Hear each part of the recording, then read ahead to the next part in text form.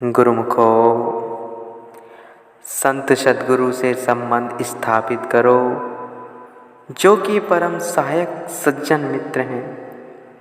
ये सांसारिक पदार्थ तथा संबंध आदि तो जीवन काल में ही साथ छोड़ देते हैं, किंतु संत सत्पुरुष तो मृत्यु के बाद भी संग रहते हैं। वे लोक परलोक में जीव के सहायक हैं। जब धर्मराज के दरबार में कर्मों का लेखा पूछा जाता है तो वहाँ पर भी गुरुमुखों की सहायता के लिए संत सद्गुरु पहुँचकर जीव को सब बंधनों से छुड़ा देते हैं। जिसे संत सद्गुरु के चरणों का भरोसा है और अपने इष्ट देव सद्गुरु के चरणों में जिसका चित्त जुड़ा हुआ है, जिसके हृदय में सद्गुरु का ध्यान बस गया है, संत सद्गुरु सदा उसके साथ हैं और सदा उसके रक्षक तथा सहाई हैं। सद्गुरु का ध्यान ही जीव का सच्चा संगी तथा साथी है। यही इस लोक में भी तथा परलोक में भी रक्षक हैं। यही ध्यान ही सर्व सुखों की खान है। यदि सद्गुरु का ध्यान साथ होगा तो कोई भी जीव का बाल बांका नहीं कर सकता। अतः गुरुमुखों का यह परम धर्म है कि सद्गुरु के चरणों में पवित्र प्रेम का संबंध स्थापित कर आठों पहर सद्गुरु का ध्यान हृदय में बसाए। काल तथा धर्मराज के भय से मुक्त होकर जीवन का सर्वोच्च लाभ प्राप्त करते हुए जीवन सफल करे। आपने इन पावन वचनों को फरमाकर सर्व संगत को यह पुनः सदुपदेश दिया कि प्रत्येक गुरुमुख 24 घंटे में 1 घंटा अवश्य भजन किया करे। भजन अभ्यास के बिना अर्थात सुरती को अंतर्मुखी किए बिना सद्गुरु का वास्तविक स्वरूप नहीं देखा जा सकता। सद्गुरु की प्रसन्नता ही गुरुमुखों की निजी पूंजी है। यदि गुरुमुख जन सद्गुरु को प्रसन्न करना चाहते हो तो 1 घंटा भजन अभ्यास आवश्यक करे और मौज तथा आज्ञा अनुसार कर्म करे। ऐसे गुरुमुखों के साथ सद्गुरु सदा अंग संग रहते हैं। आपके पास कोई भी प्रेमी आता है तो आप उससे सबसे पहला प्रश्न ही यही पूछते थे कि तुम कितना समय भजन अभ्यास में लगाते हो। वह गुरुमुख पहले तो कुछ शकुचा जाता और परंतु जब आप अत्यधिक जोर देते तो अधिकतर उत्तर यही मिलता था कि कभी कभी भजन अभ्यास कर लेते हैं। आप प्राय इस विषय में प्रवचन फरमाते थे। भजन अभ्यास के बिना जीवन निरर्थक है। भजन अभ्यास के बिना यदि जीव चाहे कि मुझे आत्मिक सुख शांति आनंद की प्राप्ति हो जाए तो ऐसा होना असंभव है। मनुष्य की भूख सदा रोटी खाने से ही दूर हुआ करती है। इसी प्रकार आत्मा को यदि खुराक भजन अभ्यास न दी जाए तो उसकी तृप्ति कैसे होगी। आपके आचरणीय जीवन के कारण जिज्ञासुओं तथा गुरुमुखों पर आपके प्रवचनों का अत्यधिक प्रभाव पड़ता। आपके प्रवचन अमृत का पान करते ही गुरुमुखों का विचार भजन अभ्यास करने के लिए दृढ़ हो जाता।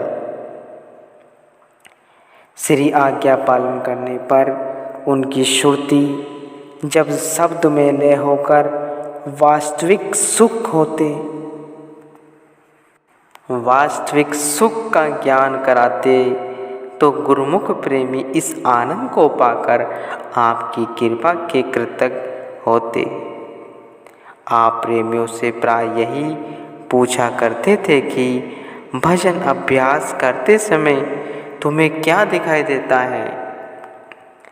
पुनः उन्हें उस मंजिल से आगे की मंजिल का पथ बतलाते तो उनमें उत्साह भर जाता और प्रेमी अधिक लगन से अभ्यास करने लगते।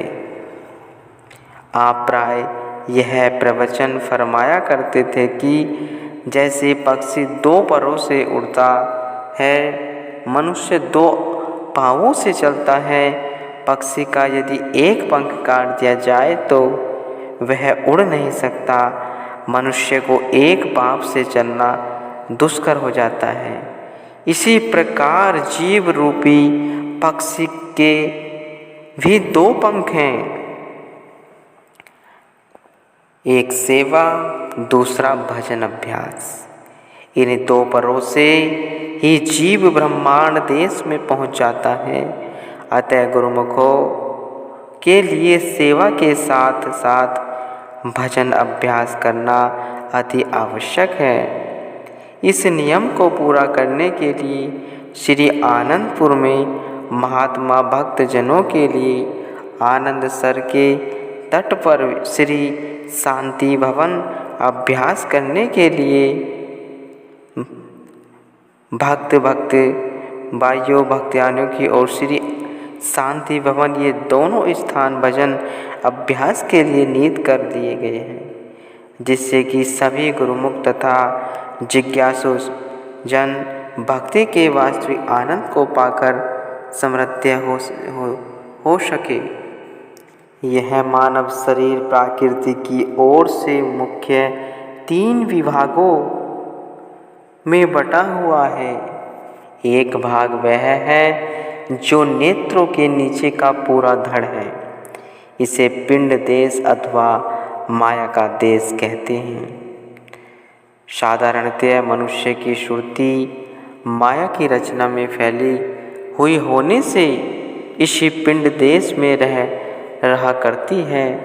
अन्य 2 दिव्य भाग नेत्रों से ऊपर, नेत्रों के ऊपर से लेकर शिखा मंडल सिर की चोटी तक जो प्रदेश है उसे ब्रह्मांड देश कहा जाता है, तथा शिखा मंडल से आगे सिर की गुदा तक के प्रदेश का नाम दयाल देश है। श्रुति या जीवात्मा का निजी ठिकाना पिंड देश नहीं, जहाँ यह प्राय निवास करती है। इसका वास्तविक स्थान तो बहुत ऊपर है। इन दोनों देशों से ऊपर तीसरा देश अनामी लोक है। यही जीवात्मा का निज देश है, जहाँ से नीचे उतरकर श्रुति संसार में आई और फैल गई है। अनामी लोक अथवा अनामी धाम तक किन्हीं विरले अथवा विशेष पुरुषों की पहुँच होती है। उन्हें परम संत कहते हैं। इसी अनामी धाम में एक मौज उठी और शब्द की धारा बनकर नीचे को उतर चली। अनामी लोक से नीचे की और 2 अन्य स्थान अगम लोक और अलग अलग लोक हैं। इनमें से गुजरती हुई शब्द की धारा चौथे स्थान अर्थात सतलोक में आकर ठहरी। सतलोक तक पहुँचने वाले संत कहलाते हैं। यह स्थान ठीक शिखा मंडल के नीचे स्थित है और दयाल देश तथा ब्रह्मांड देश की एक प्रकार की सीमा है।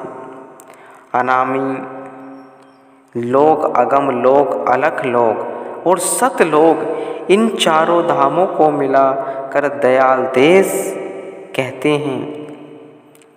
श्रुति सतलोक से नीचे उतरी तो भंवर गुफा तथा महासूत्र नामक 2 अन्य स्थानों से गुजरकर पुनः शुद्ध मंडल में आकर ठहरी, जिसे दशम द्वार भी कहा जाता है। यहाँ रहकर श्रुति 5 तत्वों, 3 गुणों और कारण स्थूल सूक्ष्म तीनों शरीरों आदि बंधनों से बिल्कुल अलिप्त और निर्विकार रहती है। इस स्थान अर्थात दशम द्वार तक पहुँचे हुए को पूरा साथ कहते हैं। दशम द्वार तक पहुँचे हुए को पूरा साध कहते हैं। सूत्रलोक से नीचे त्रिकुटी स्थान, जिसे गगनमंडल भी कहा जाता है, इस स्थान से महासूक्ष्म 3 गुण हैं, 5 तत्व हैं, वैदिक दिव्य ग्रंथ हैं, सृष्टि रचना की सूक्ष्म सामग्री तथा निर्मल माया के प्रकट हुए इस स्थान से भी नीचे सहस्त्रदल केवल का स्थान है, जो दोनों नेत्रों के मध्य भ्रकुटी पृष्ठ भाग में स्थित है। यही पिंड और ब्रह्मांड का सीमांत है। संत मत में इस स्थान से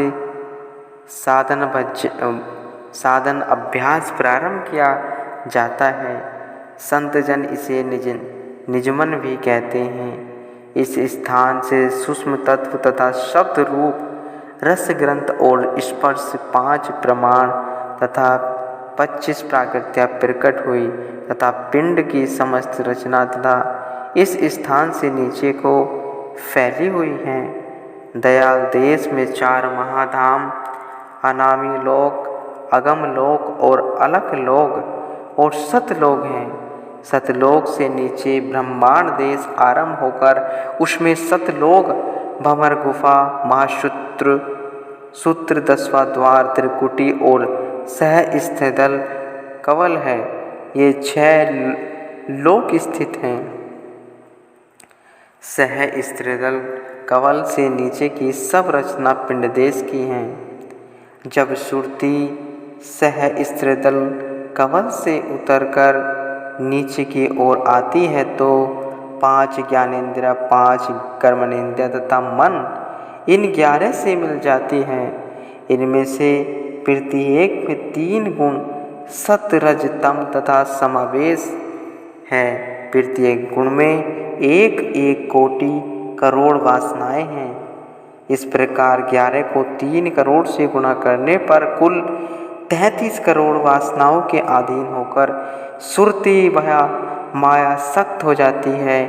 बहुत समय तक पिंड देश में रहने के कारण सुरती माया की दासता की अभ्यास हो जाती है और तब तक यह बुरी तरह से फंस कर रह जाती है। ऐसी अवस्था में उसका माया की रचना तथा वासना के कुचक्रों से बाहर निकल सकना जन्म जन्मांतरों तक कठिन हो जाता है। जैसे स्वतंत्र पक्षी को पिंजरे में बंद कर दिया जाए तो बहुत समय तक पिंजरे में बंद रहने पर बंधन का अभ्यास हो जाता है और स्वतंत्रता पूर्वक उड़ने की सामर्थ्य खो बैठता है। इसी प्रकार सुरती भी माया के दासत्व में चिरकाल से रहती हुई अपनी स्वतंत्रता को खो बैठी तथा अपने निज स्थान को भूल गई है। गुरुमुखो।